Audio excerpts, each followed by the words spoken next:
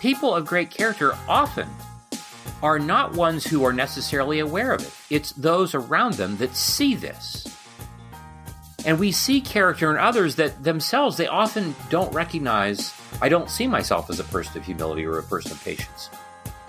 But the reason that I don't is because those things that I'm working on are typically coming from places of suffering, places where I've had some painful part of my story that has really been troubling, and I have yet decided in the context of community, I'm going to go to work on that. And this is what perseverance is about. And then character actually becomes a secondary byproduct of all this work that we are doing to persevere, to allow Jesus to form us in the context of suffering. Dr. Curt Thompson, my friend and hero of thinking and writing, I'm just so glad to be talking with you again. Dude, I have so looked forward to this. We had to put this off once, and I was disappointed, and that was my scheduling stuff, and I'm just so grateful to be in the room with you. It's so good.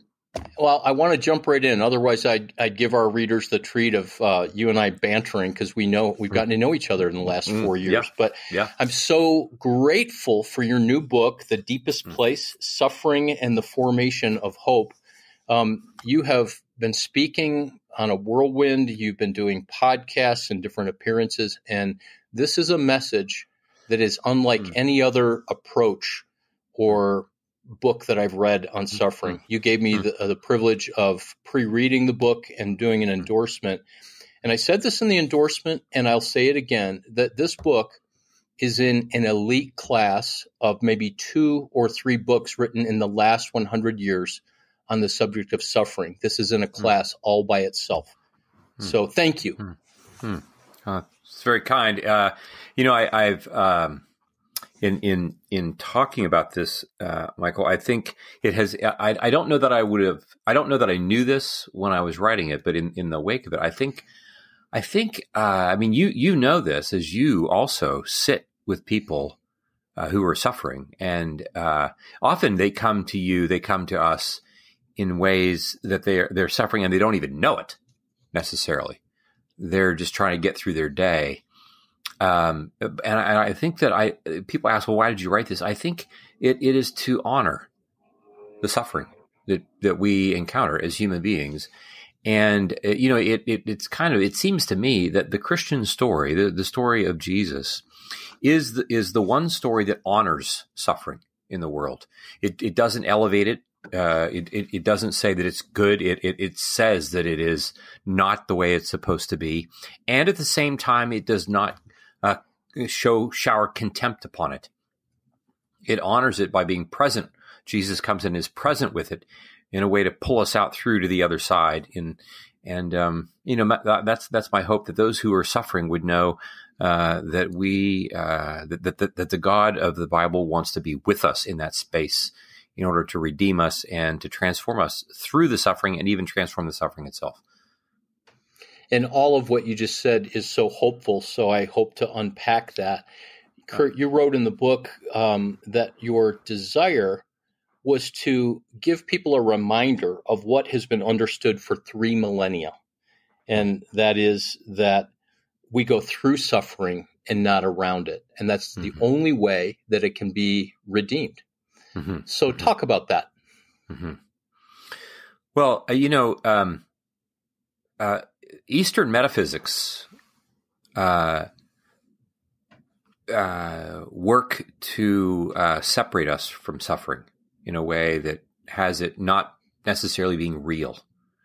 Western metaphysics, in some respects, do the opposite, in that we do everything we can to identify suffering and then eliminate it. But also at the same time, with our advancement in science, we were kind of trained to believe that we shouldn't suffer, that suffer shouldn't be a part of our world.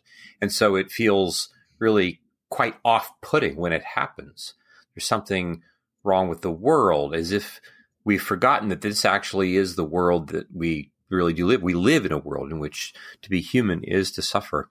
But if we are willing to be present to our suffering and have a relationship with it in which we notice that others are with us in that process, which of course is the story of the gospel, the story of the Bible, that God is with us, that it is God's withness, if you will. It's the withness of a psychotherapist who's with your clients deeply in these deepest places, that they come to discover that the carnage and the horror and the terror of the isolation of suffering can be transformed because someone is actually coming to be in that space with them.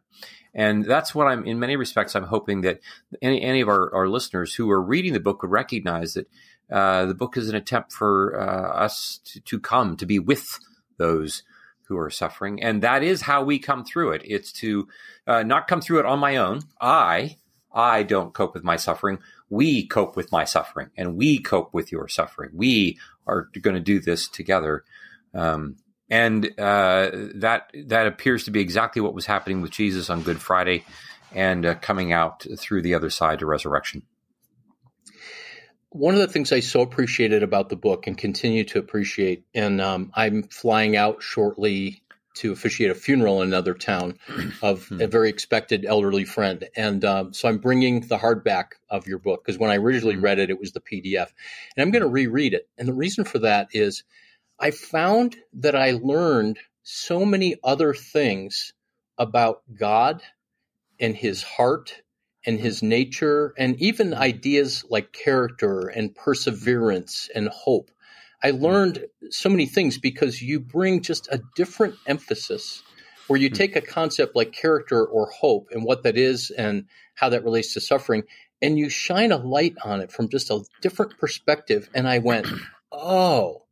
And I've talked to people about your books. And even recently, I was with a friend who was with you at Telemachus, and people were commenting about how Curt said this. It was just so slightly different. And it just opened up this door that made me understand so much. And I think that's a gift you have with topics that people are familiar with, but bringing not only the interpersonal neurobiological lens, but how you integrate that with other science, with theology, and then, of course, the clinical ability to sit with someone in compassion.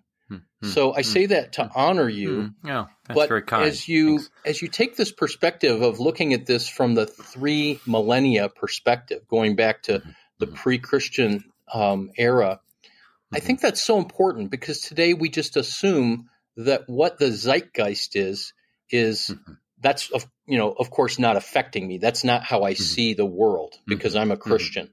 But we often get swept up in that, and suffering is something that has been true since virtually the beginning of time, and in all cultures and all around the world.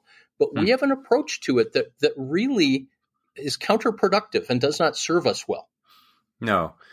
In fact, it creates, we might even say, greater suffering, because in some respects there is some element in which, if I'm suffering and I think I shouldn't be, the very notion that my system is responding to my pain in the way that it is, in a way that it shouldn't be responding, that kind of also takes on a certain quality of condemnation. There's something wrong with me for suffering in the first place. And this is part of, we live in a culture that is increasingly fearful, increasingly fragile. And we are doing everything we can, for instance, to protect our children. We've gone from helicopter to lawnmower parenting, for example. Doing everything we can to protect those around us from having any kind of injury or wound of any kind. And as such, we don't get the opportunity to experience some kind of pain and learn that we can actually tolerate this. We can move through this.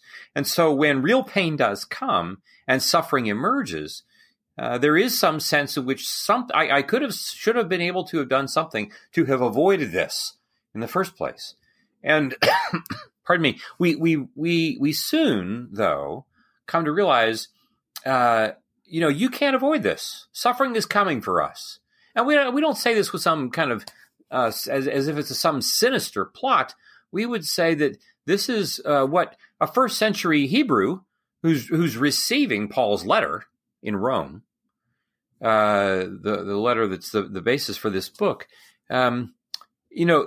suffering is a normal part of daily life in many respects for them. And the real question is for them, like, how am I going to respond to this? How am I going to have that kind of relationship with suffering? And this is where I think the whole notion of the experience of the gospel and how that gets translated, I think, in many embodied ways in the psychotherapy consultation room is meaningful for us.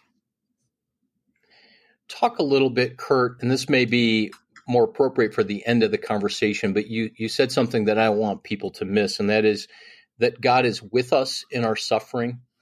And I believe that, and I believe, therefore, that God suffers with us, that my abuse was his abuse, that someone's trauma is God's trauma.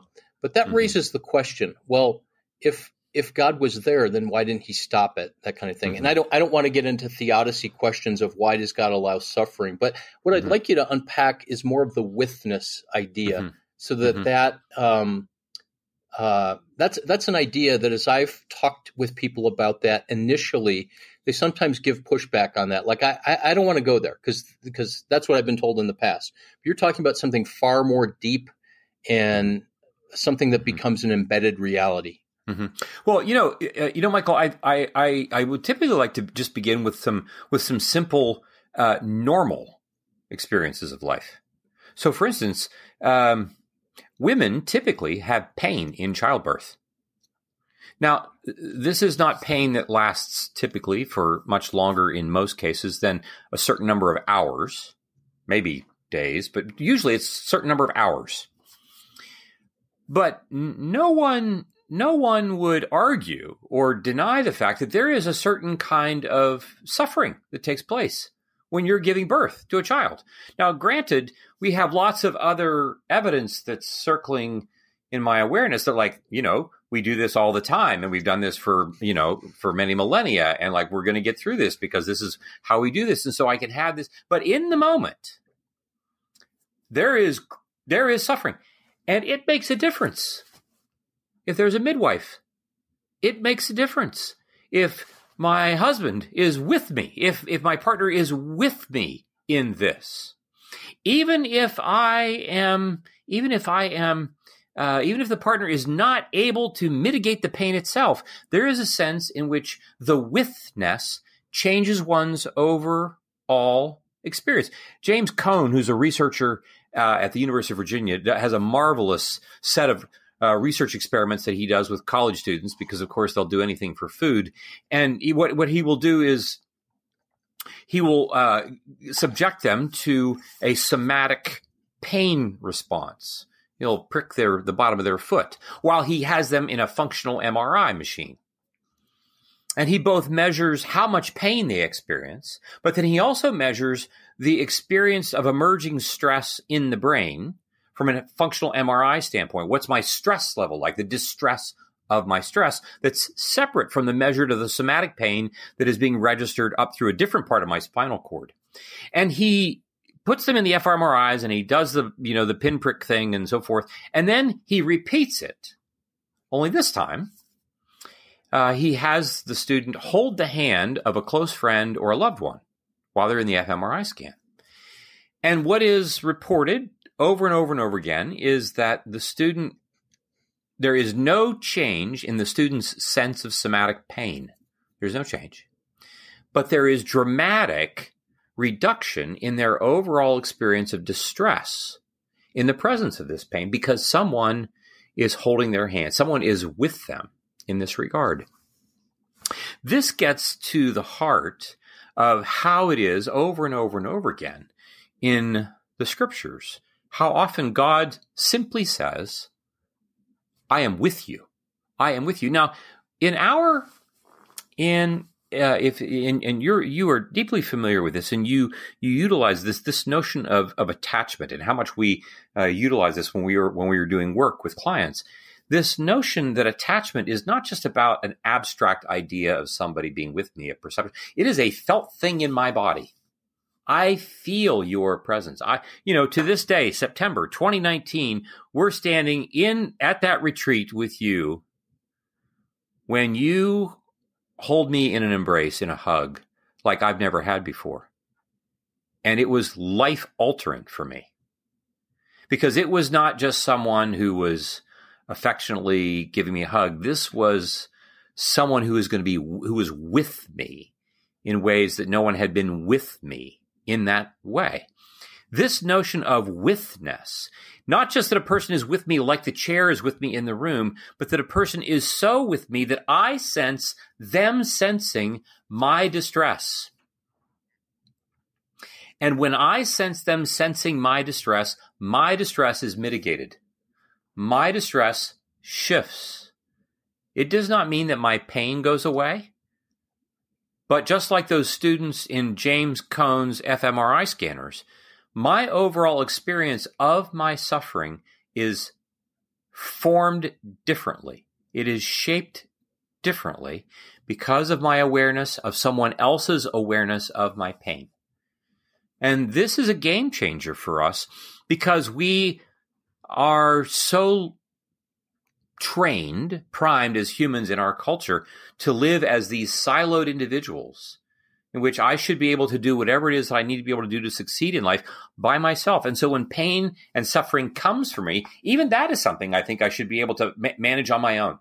I somehow have to figure this out without being aware that perhaps part of why I'm there in the first place is because I've long been too disconnected from others in my life. Wow. That phrase, my awareness of someone else's awareness of my pain. That's really big. And you address this in the book, and you certainly have addressed it in your last couple of books. Plug for them, Anatomy of the Soul of Shame, The Soul of Desire. And this is a beautiful extension of your previous books. But there are life experiences that prevent us sometimes from sensing that another person is sensing our pain. Mm-hmm. Right. And I think part of the challenge is, as also as you're aware, the patient walks into your office and the first thing they're going to do is try to outflank you. The first thing they're going to do is, tell you why they're there, and all the while then begin to try to avoid why they're there. And because the intimacy that they actually are looking for is also the thing that is most terrifying to them. And that is, it's intimacy that is often the place where our deepest suffering often lies. And it's not just, you might say, well, gosh, my suffering is with my chronic myalgia. My suffering is with my rheumatoid arthritis. My suffering is with my child, who is a special needs child, who will be with me until they are 40, and I'm going to be cared, and I have my own suffering. This isn't going to stop. In which we say, right, and I'm not leaving the room. For as long as your pain is with you, I'm going to be with you. And, this is the other thing that many of our patients come into our offices with. They don't just come in because their suffering is so great that they want it to end quickly. They also need their suffering to end quickly because there is a part of them that is sure that if this takes too long, at some point, you, Michael, my therapist, are going to give up on me. They don't say this. They know that you never would, right? So forth and so on. But there is a part of them that has had lots of experience of people giving up on them. And this is why they come to our offices fully convinced that we need to do this pretty quickly, because if I don't do this, if I don't get better fast enough, at some point, my suffering is going to outlast Michael as well. And that just layers on one more element of the suffering that I have, which is this conviction that if this lasts for too long, they're not going to tolerate me. Which is why it seems both in my clinical work and in my life, my personal life, that there is an ambivalence about relationship and being connected to others. On the one hand, I desperately want it, but on the other hand, it seems too vulnerable. Right. Then this leads us into the discussion about the formation of hope. And in my mind, at least, the link is that your book is not about the topic of suffering and the theological idea of hope, but your book is really a book about relationship and connectedness to others in the midst of these places of pain. So for the person that thinks they're going to read this book and somehow now I can get through my suffering without having to be vulnerable. This really is an invitation to relationship. And it's in relationship that you write that hope is actually formed in the very place where it's least likely to be experienced. Talk about hope. Yeah, well, one of the beautiful things I think about another way in which interpersonal neurobiology has been at least helpful for me, I'll say, is that it helps us learn how the human mind actually, the mechanics of how the mind works. And one of the things that we discover is that my concept of time, what the brain does around the notion of time, is that the brain anticipates a future, but only based on the memories that it is collecting of its recent past experience. I only anticipate my past is really what my future tends to be. So this is why we talk about remembering our future. But hope is a future state. I hope for something that's going to happen in 5 minutes or 5 weeks or 5 years. I hope for these things. But that hope, of course, is only going to happen if I'm having experiences right now that I can encode as being ones of effective living, of flourishing, that when I encode them, they then become the hard deck out of which emerges my anticipated future. But what if my experience right now is one of suffering? What if I'm in pain right now? Well, the real question is, am I alone with that suffering? Am I alone with my pain?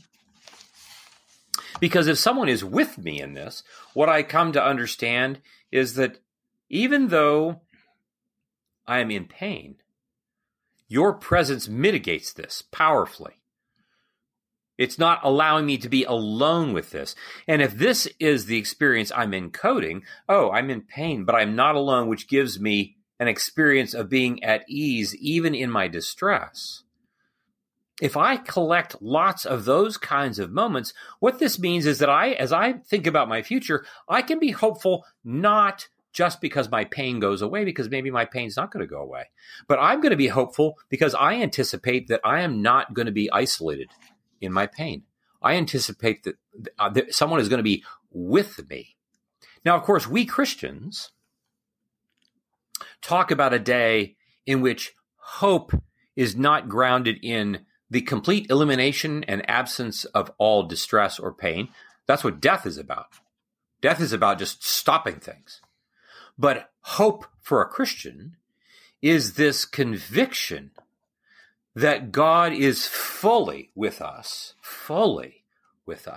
And if he is able to be fully with me in the presence of my pain right now, in the presence of Michael, in the presence of others who are with me in this pain, I then can begin to imagine an embodied I can imagine a time in which someone will be with me in which this pain doesn't exist, which only expands my hope for what the new heaven and earth can be like.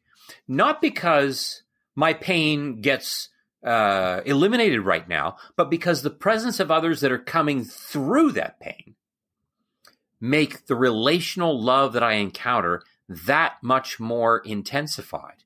And that becomes the thing that I'm going to hang on to. This becomes the hope that does not put us to shame, the hope that does not disappoint us, as Paul writes, because God's love is being poured out to us through the Holy Spirit. And we have that in the embodied experience of the encounters that we have with the body of Jesus. So in some ways, when the classic question is asked, where is God when it hurts? Where is God in suffering? That God is spiritually there in a very real way, but he's also there in the people that he brings into our path and into our lives that are in fact embodied. Exactly. And we would say, I mean, and again, just as a personal example, the encounter that you and I had now back 4 years ago, I see where we were standing. I still feel it. I sense it. And I return to that. I return to that moment over and over and over again. And in so doing, it is easily available to me when I'm in other spaces where I'm not feeling completely like I'm in my best place. I have something that I can turn to do this.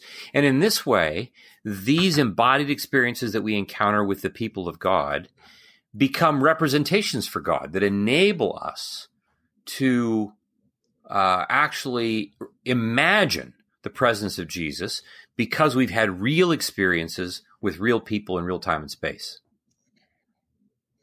I love that. And this is one of the reasons why in the trauma work that we do and in attachment work that we'll invite people to come up with maybe one or two or three scenes in their mind or in the eyes of their heart that are safe places, that are peaceful places where there's some kind of deep connection. And then as people do the work that can dysregulate them or bring back fear, they've got that place that they can go to within. And so you speak of hope as a kind of muscle that we need to develop.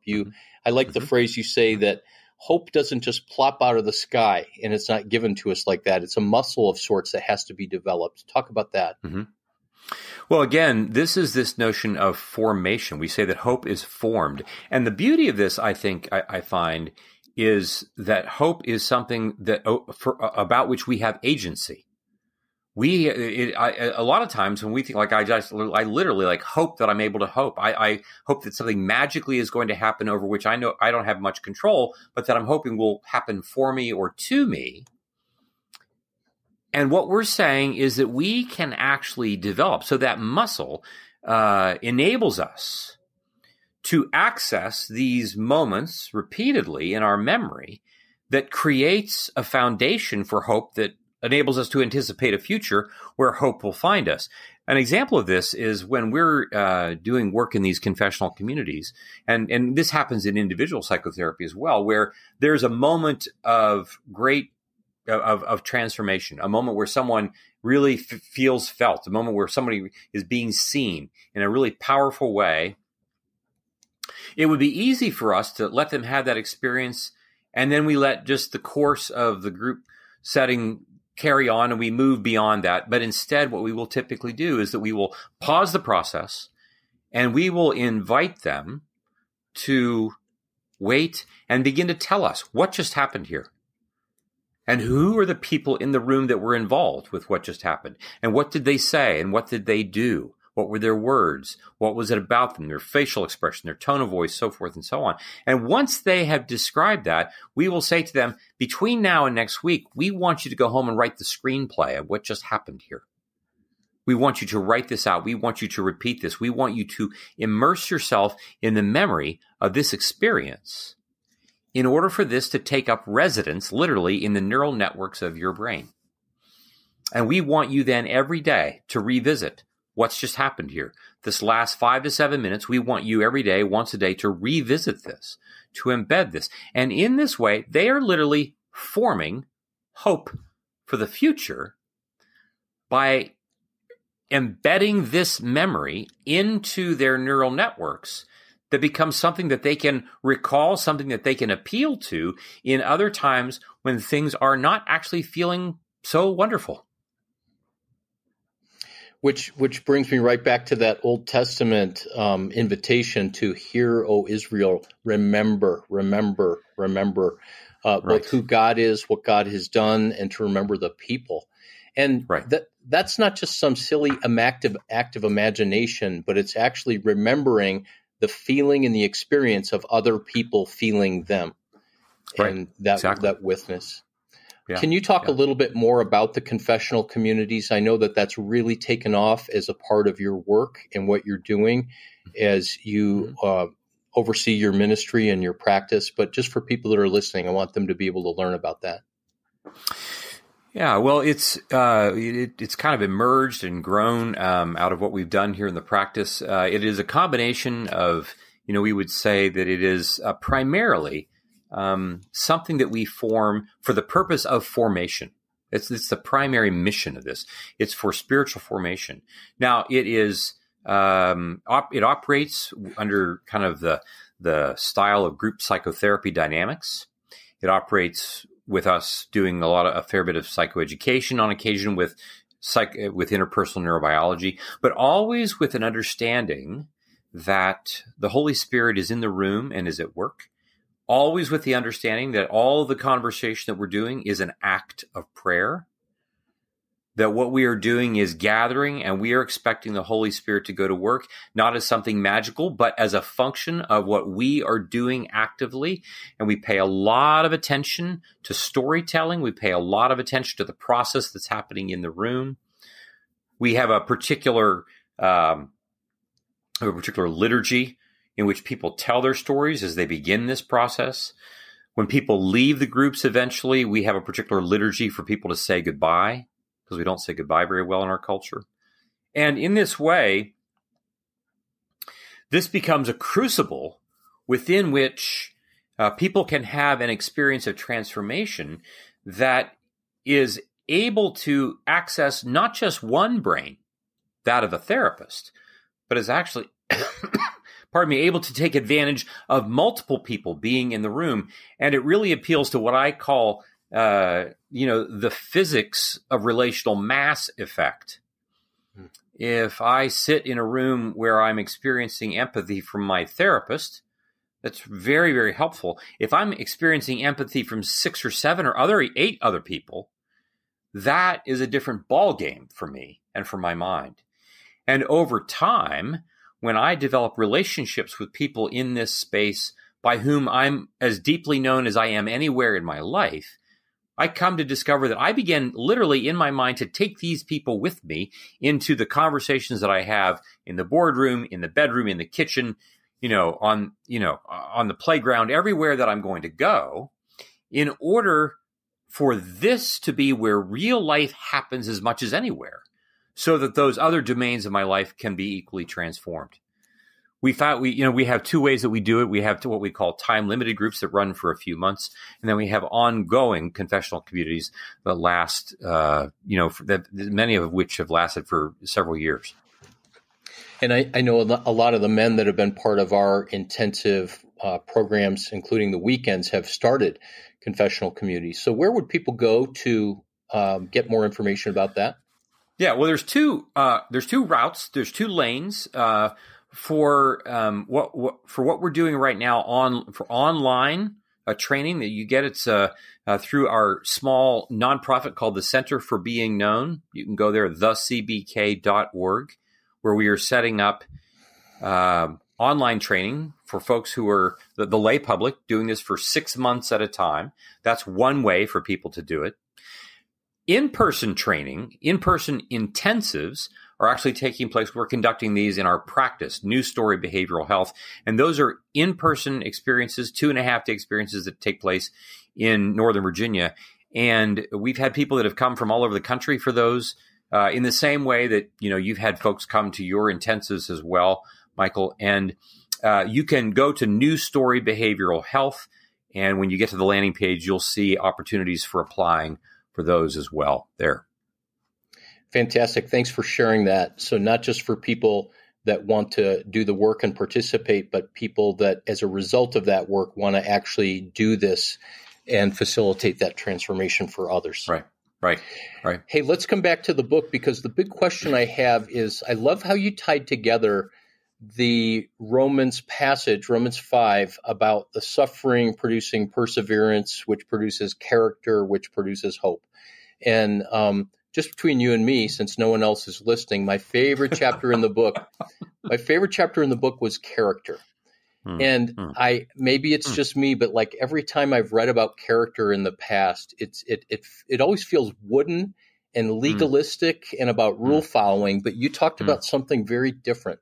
So talk about how those 3 are related. Well, I think I'll start at the end, which is, when it comes, if we think about, apart from what we read about in the literature, the character, whether it's personality, these traits of who we are that tend to be fairly resilient, tend to be fairly staid and ongoing. Apart from that, when we think about a person's character, we think, what are the elements of who that person is that are the elements that we can count on. We know that this person is a person they are reliable, they are kind, they are patient, or they're easily irritable, or they're impatient, or they're chronically late. Right? They have these character traits. These we say, and for people of deep character, people that we would say, oh my gosh, that person is so patient, so kind, so like all the fruit of the Spirit. As it turns out, the people who are people of deep character would be the first people to tell you that they don't think they are. They would be, you say like, oh my gosh, like you're such a person of humility, or you're such a person of patience. And they're going to say like, okay, I don't know where you're getting that. And the reason that they don't know where they're getting it is because they're so deeply aware of the parts of them that are impatient that they're just working on it. They're working on it. Hence, people of great character often are not ones who are necessarily aware of it. It's those around them that see this. And we see character in others that themselves, they often don't recognize. I don't see myself as a person of humility or a person of patience. But the reason that I don't is because those things that I'm working on are typically coming from places of suffering, places where I've had some painful part of my story that has really been troubling, and I have yet decided in the context of community, I'm going to go to work on that. It's like, the golfer whose short iron game is just really bad, and they say like, I've got a horrible short iron game. So I'm going to go practice this, and I'm going to go over and over and over and over and over with this. And this is what perseverance is about.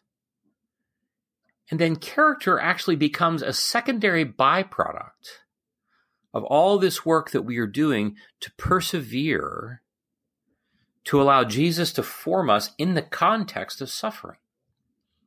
And in this way, the other thing that I would say that is true about this is that I don't become a person of character.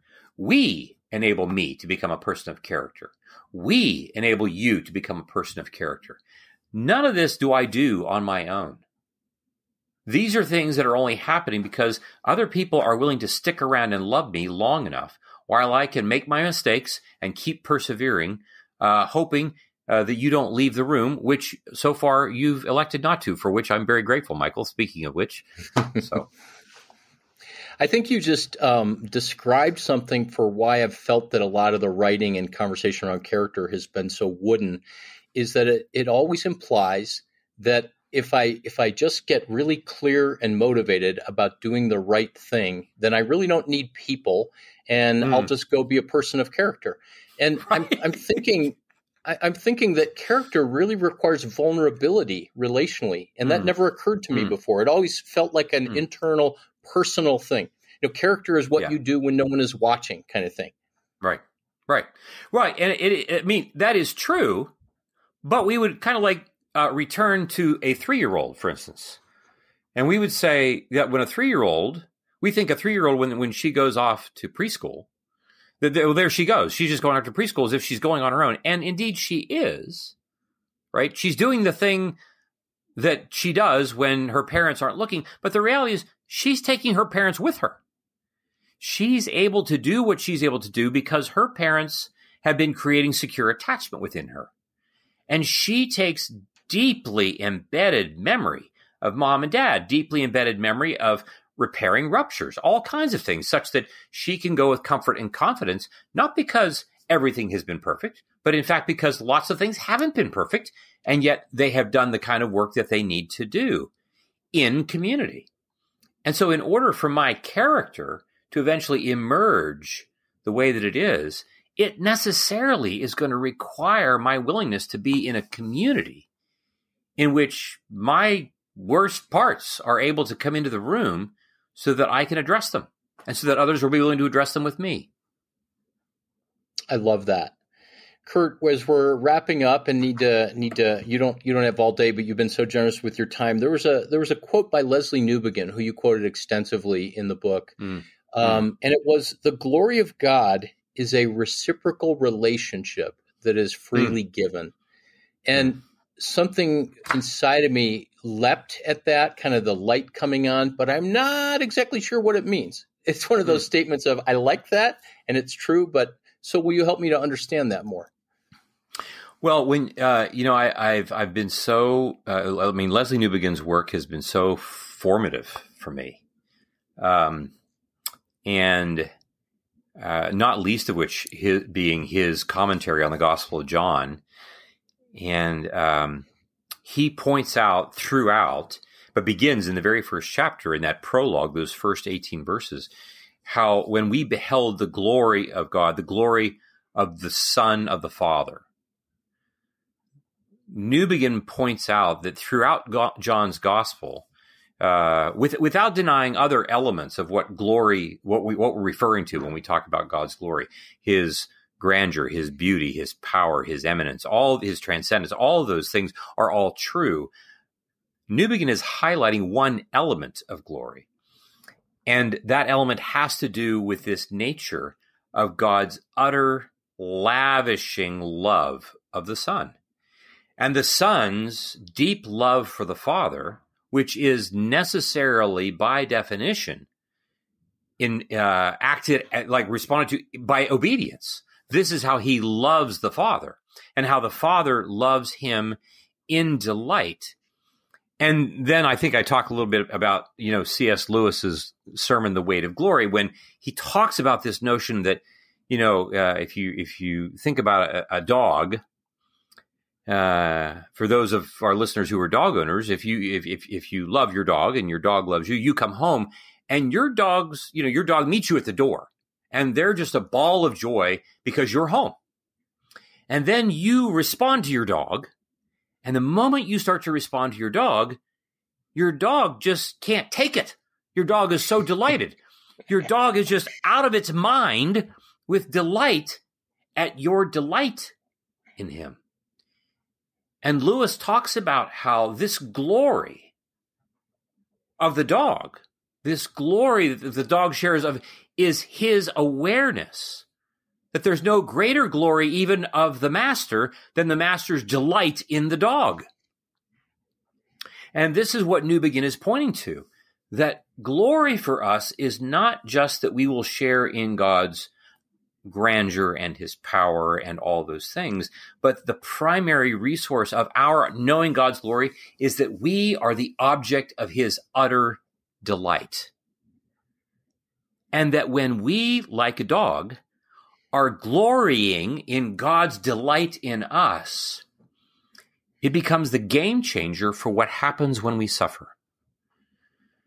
Because if this is how we are immersing ourselves on a regular basis, if we are taking in on a regular basis this awareness of God's delight, and doing so not just by immersion in the scriptures, immersion in worship, immersion in prayer, but also immersion in a community in which we are being vulnerably open to others who are being vulnerably open with us, this sets the stage such that when suffering emerges, as it invariably will, we are people who come to it already primed as people who are securely attached, people who are working on making peace with God who is not at war with us, and people who are immersed in the awareness that God's glory is in part about his delight with us, such that it enables me, in the context of vulnerable community, to continue to persevere, develop character, and hope.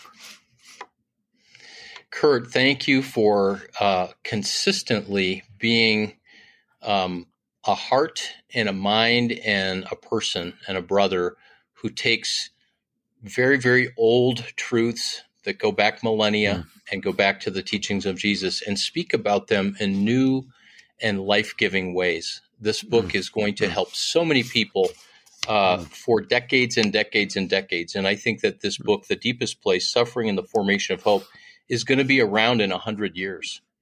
So thank you. Well, that's very kind. Well, you're most welcome. And dude, it is, I don't deserve my life.